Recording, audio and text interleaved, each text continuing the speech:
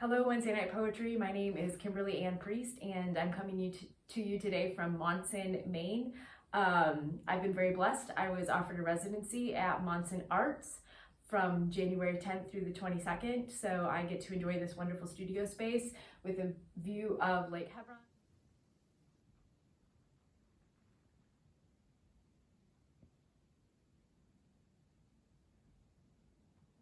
And this will be my last 2 weeks in Maine. I've enjoyed a wonderful stay here, absolutely beautiful state, but I will be moving on after this. I'm gonna miss it.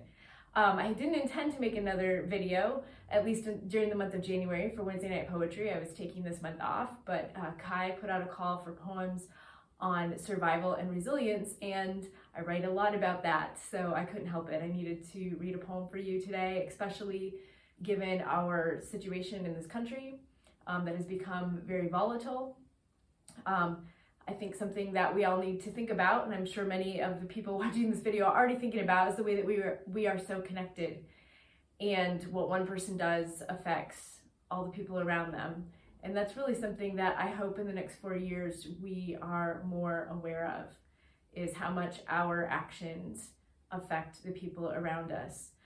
If any of you have read my poetry or listened to any of these videos that I've made for Wednesday Night Poetry, you know that I've lived a rather traumatic life, that things that others have done against me in terms of violence and assault have deeply affected my humanity, and I've had to deal with the consequences of that. Many of us are in those types of situations. So I'm going to read a poem to you today about that, about survival, about how difficult it can be when you have to depend on individuals who are not necessarily thinking about your well-being. We are living in a world like that today. The poem I'm going to read to you is going to be published in Adana for a special issue on women and politics, what women need. So be looking for that in the future. But for now, I am going to read Unpacking. Unpacking. My daughter opens a box of books and begins stacking them in a corner one at a time, saying aloud their names. My nerves sway with the motion of her arms. Unspecified depressive disorder, reads the paperwork I pull out of the box. Underneath, PTSD, at which I ponder 2 years of intermittent homelessness, separation from children, loss of partner, family, and friends. The way the man now walking through the door of my new apartment with another box of books and a little lamp abused me for coming apart at my seams with barking dogs and the clank of dishes in a sink. Too much TV at 6 a.m. Sunday morning, his mother's this and that, all the relatives crowded into his parents' living room space, and me slipping away to decompress.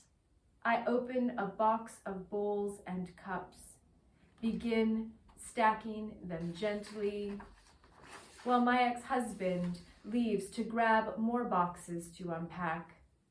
The both of us falling into the rhythm of our marriage. He, the heavy lifter, and I, the curator of all our fragile parts. We do this in relative silence, still not saying what needs to be said. The unspecified truth my psychiatrist is not trained to properly name. This perfectly functional occasion. The order we crave, our dependency on machinery that harms us. Again, we're all dependent on each other, and it's so important to be mindful of what the people around us need to survive, to feel safe, to feel loved, to feel appreciated, whatever it might be. Let's be paying attention to that in the next 4 years. That's my hope. Thanks everyone. I'll see you in a few weeks because I'm going to continue taking some time off, and I'll be in another part of the country. Bye for now.